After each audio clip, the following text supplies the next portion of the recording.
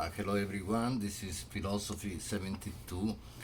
This is our second week, right? We did Descartes last time. I spoke in a video about the first three meditations, especially I focused on meditation 2, and I told you that that's what you should write on, as well as I spoke a little about the painting by Magritte, right? This is not a pipe, and I asked you to read also that article about that painting. Okay, so that was week one, and there were those words that that you should keep in mind. The key words: metaphysics, the study of the essence of reality, and then ontology, which is really the study, the science of being, that which is, and also then epistemology, which is basically the theory of knowledge, what we know, and how can we be sure that what we know is actually true, is actually valid, okay, our knowledge valid. So in any case, today we do Leibniz, and I don't want to be too long because I think it's better to be concise. Today, although in the syllabus I say that you should read some sections from Discourse on Metaphysics, which is basically this book, you have it on Blackboard, but then sections 1 to 13, then I will call attention to some important points, and then also the short essay on a contingency, actually a couple of pages, from page 28 to page 30, and monadology from page 2 to page 13. But I'm going to focus on the first one today only, Discourse on Metaphysics, those sections, the first 13 sections from that little book, right? But very dense, very intense, difficult. Okay, I will try to clarify some points, and then again you can contact me, ask questions, and so on. So you can also, in order to then write your, that's very important, essential, your journal entry, right? Every week. This week will be on Leibniz. It is due by next Monday, July 6th. And in your entry, as well in your journal entry, you can also focus only on some sections from some passages from Discourse on Metaphysics, right? I mean, I say, there is a journal entry suggestion, a pointer, which is in the syllabus. It's also on Blackboard, under discussions, right? Sorry, under journals, right, on the left side of your home page.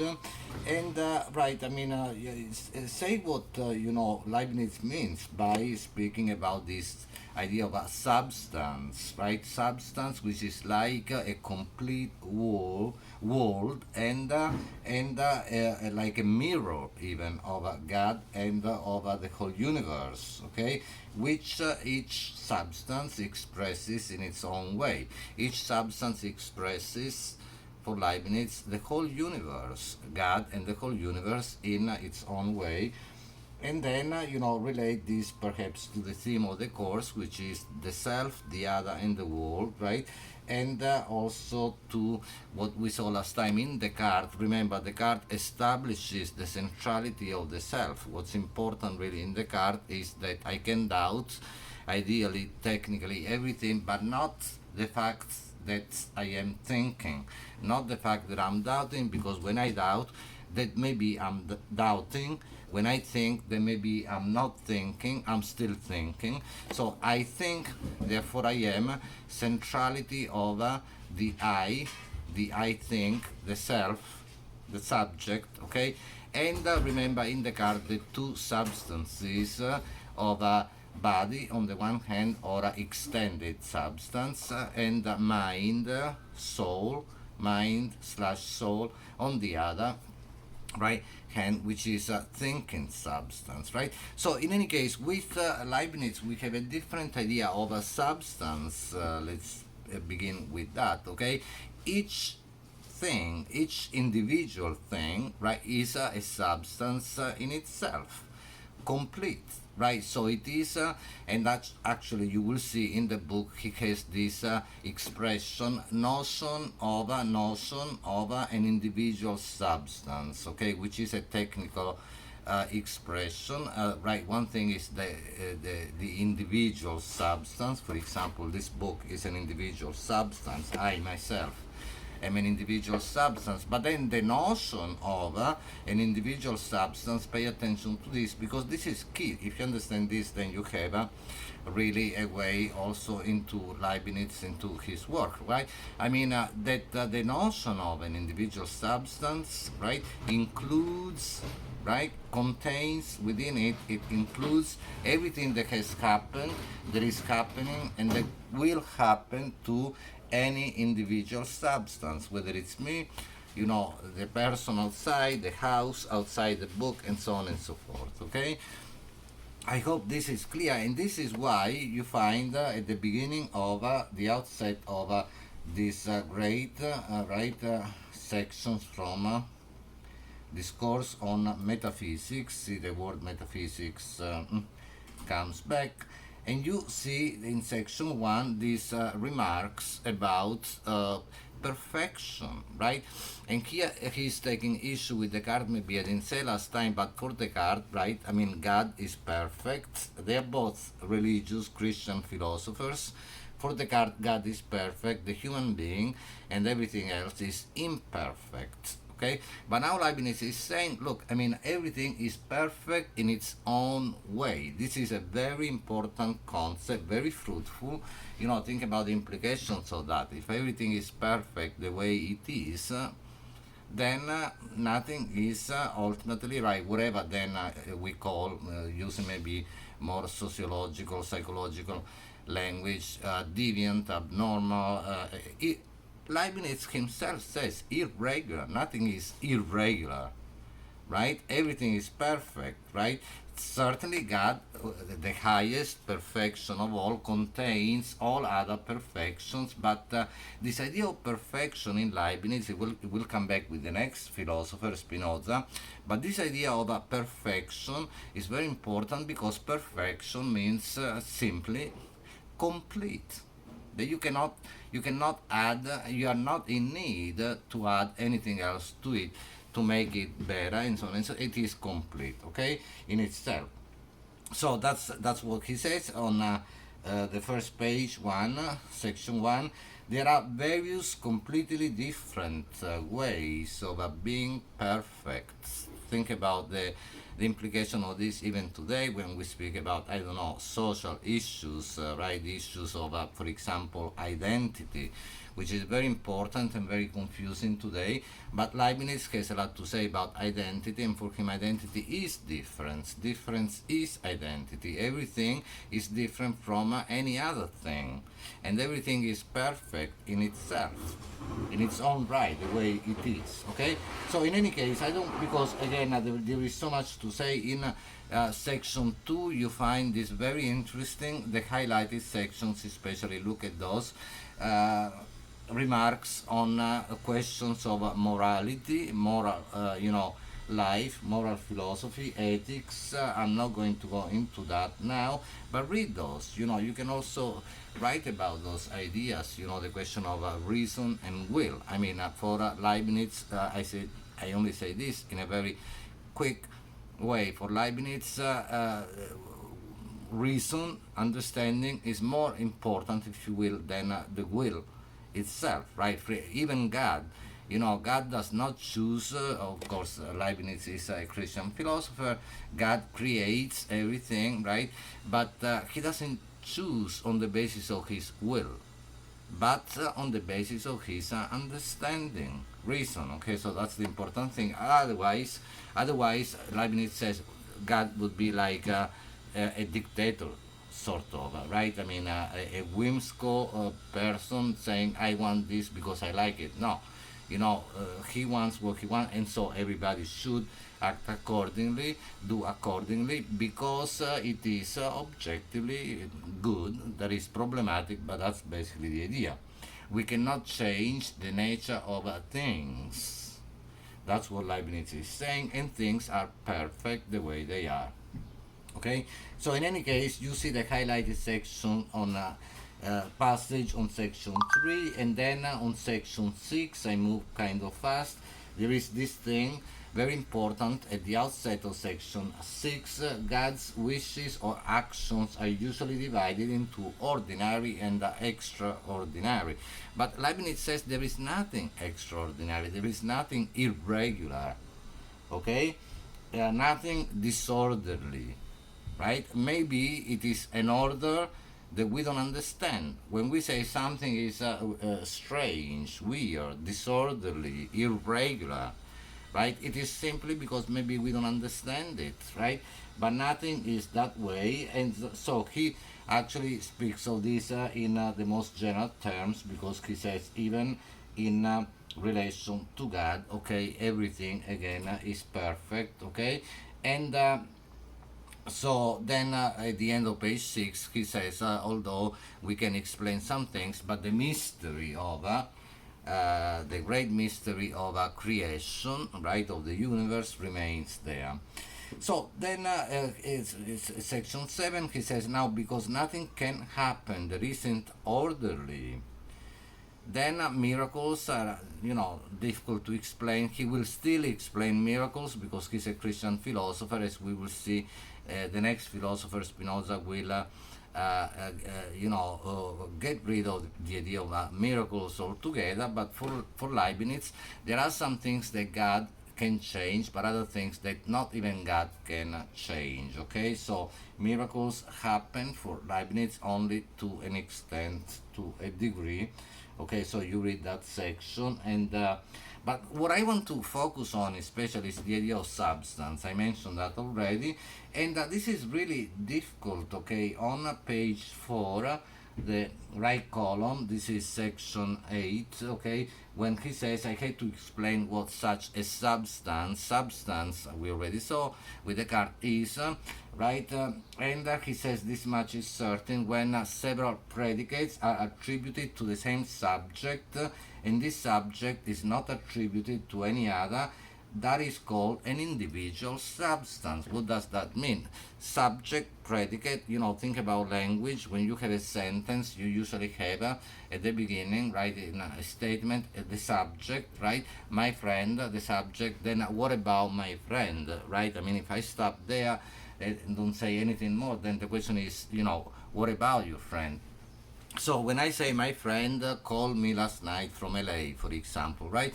So everything I say, called me last night from LA, everything I say is about my friend. That's the predicate, okay? Subject, my friend, and then the predicate, right? So all the things that belongs to in a substance, a subject, okay? I mean, everything that a person, let's say, let's limit ourselves to people, right? But anything has done, is doing, and will do, everything ultimately becomes the many predicates of this subject, okay? And so that is what the substance is, and really the individual substance, different from any other, and therefore identical with itself, and perfect, complete in itself, what every individual substance in this sense, or a singularity, every singularity is, and the notion of, I hope that this, let me emphasize this, notion of an individual substance is like a blueprint, if you will, the matrix, I mean, something like, again, that, I mean, the individual substance is again now this one here, but the notion of the individual substance goes back to the past, extends into the future. It includes everything that has happened and that will happen to anything, any individual substance. Okay? So I hope that this is clear. But then, there are some great examples that you will look, and you can use them, to write as well. The example of Alexander the Great, right on page 5, the left column, right? I mean, Alexander, who is right, Alexander the Great from history. Again, you read that, right? I mean, certainly a king, but there are many other kings, right? So to say that Alexander was a king doesn't, it tells us something about Alexander, but not everything, not something which is really specific, peculiar, and exclusive, right? So the singularity, the thisness. We spoke about this. What is this? The thisness, and you find the word thisness right there. The notion, the individual notion. What is the individual notion of Alexander, particularly, is Alexander's thisness. What it is to be this king, rather than that king. This king, this particular king, right? And for example, right? I mean, Leibniz tells us that the fact from history, right? The fact that I don't know. He says the fact that he vanquished, he conquered, right? Darius and Porus, two other kings of the time. That is something that belongs in the notion of in the thisness of Alexander as such. What makes Alexander Alexander? What makes Alexander a king who is different from all other kings, any other king or any other person, right? So the specificity, okay, the essential difference, what makes this different from that. Okay, so that's the notion of an individual substance, that's the singularity, I can use this word as well, and that is the thisness. Okay, I hope that this is clear. Thisness is the condition of being this rather than that. Okay, so this is very important in philosophy, in metaphysics. Okay, I hope that I made this clear, but again, ask questions if you have questions, right? And so then he goes on elaborating on substance again, but I hope I made this clear. And then I go directly to section 13, right, because otherwise we wouldn't have time.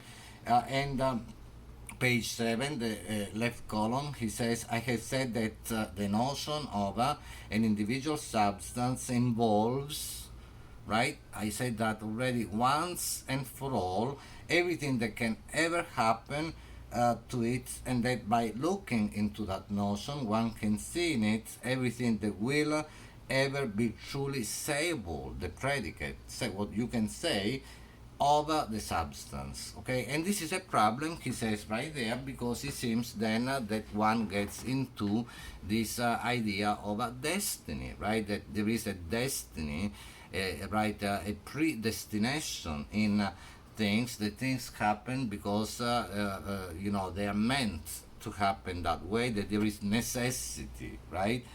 But he says no, that's not what I'm speaking about, because otherwise this would destroy freedom. What is freedom, right? Contingency. We are not reading the essay on contingency, but you can look at the highlighted passage on page 29 of that essay, right? I mean, contingency, possible, right? What's possible? Possibility, potentiality, freedom. So freedom is here understood as pay attention, this kind of indeterminacy, right? This uncertainty that I face every time, because it has to do, of course, with the future, right? So if we say that everything is that everything happens according to a scheme of predestination, that there is destiny, fate, right? Fate. Then there is no freedom whatsoever anymore. We are not able to direct our actions one way or the other, to choose, in this sense, to prefer one thing to the other, or what people usually then call, our free will, and so on and so forth. Okay. So he says, no, we had to distinguish then between, and that's what you find there, what is certain and what is necessary. Certainty, think about this, certainty, what is certain?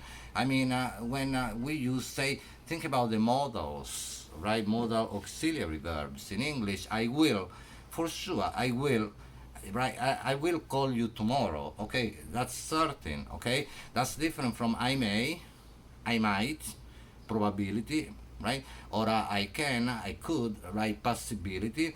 So, but that's the point, that this certainty for Leibniz is nothing but this the highest degree of probability. So you start from the possible, because the possible, if I do something, I do it because I can do it, right? I'm speaking right now in front of this smartphone. I do it because I can do it, right? The possible comes before any other actualization, any actualization of it, right? I can, I could, I may, I might, possible, probable, possibility, probability, I will, for sure, 100% sure, right? Although we should never say, probably as other philosophers also say, that something will happen for sure, because we don't know until the end. And that's the point that Leibniz is making, okay? So when we speak about certainty, we are still, let me know if this is clear, within, right, the paradigm, within the scheme, within the logic of contingency. What is contingency? Contingency, again, says that something can be and also not be. Something can happen but also not happen. I can speak but I can also stop and not speak, right? I speak contingently, right? So things that happen, I mean, there are those things that are not contingent, right? And the difference in Leibniz is between precisely contingency and necessity. Again, contingency names freedom, possibility, potentiality, and certainty is within it. Necessity is completely different, right? Necessity is about precisely the must. Something happens because it must happen, right? For example, growth. Any living being, right, must grow and change, right? Grow and then decay and die, right? This is a necessary thing. I can say I don't want to change anymore, but I will change whether I like it or not, okay? That is not up to me, or the truths of the exact sciences of mathematics. I mean, they are necessary truths. They are not contingent, right? The way the truths of perhaps history, not I mean, for sure, the truths of history or daily life, our personal experience, something that happens may also not happen to me. Something that happens in history, right? There is a point in which it could also not have happened. Of course, once it happens, you cannot change it.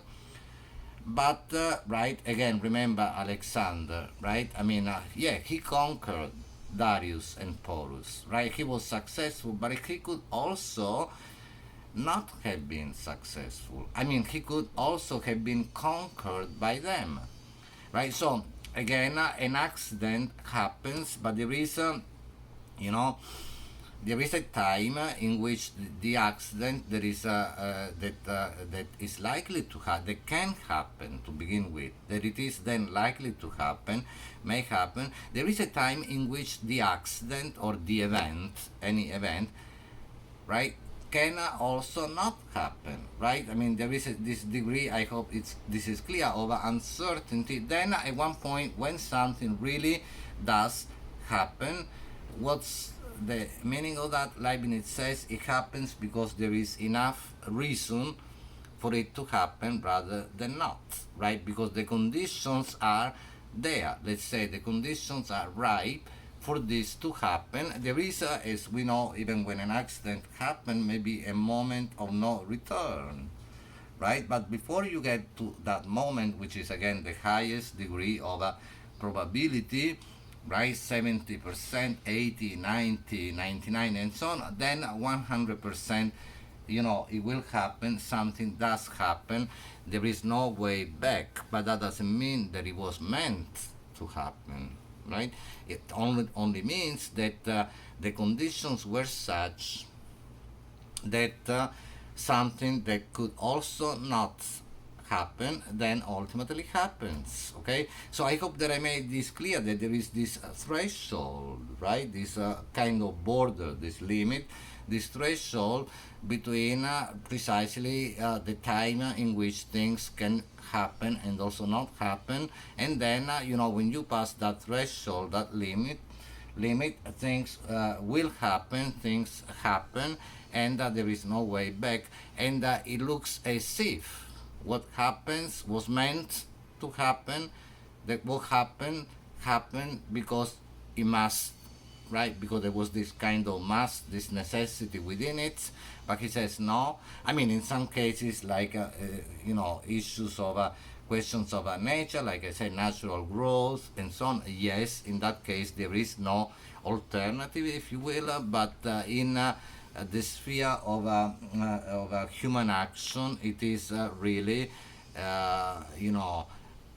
up to us to a degree to direct the course of action. Okay, so that's basically what ultimately freedom is for Leibniz. Okay, so then he has another. I hope I made this clear. Read this difference between contingency and necessity, and remember the certainty falls within contingency, is part of contingency.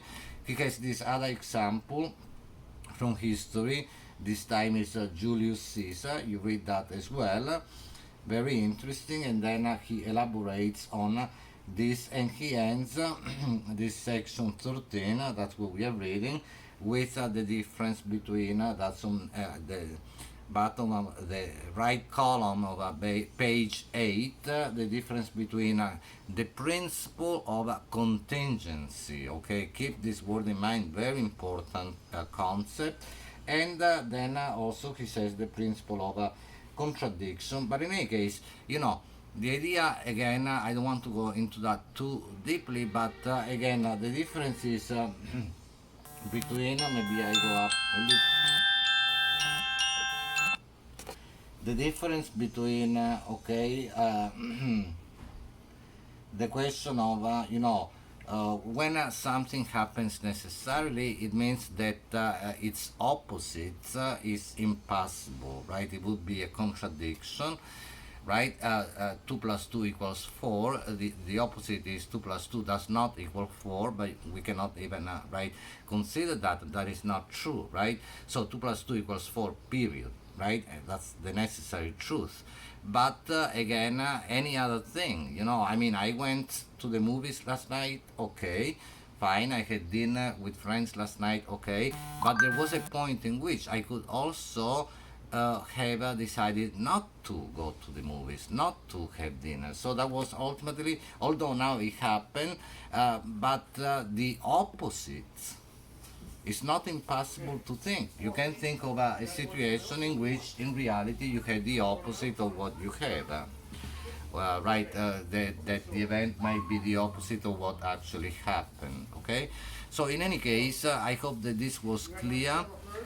May do write your journal entry by Monday, July 6th, and email me, WhatsApp me with questions if you have any. Okay, and again, then I will do make another video for week 3 next time. Okay, thank you. Bye.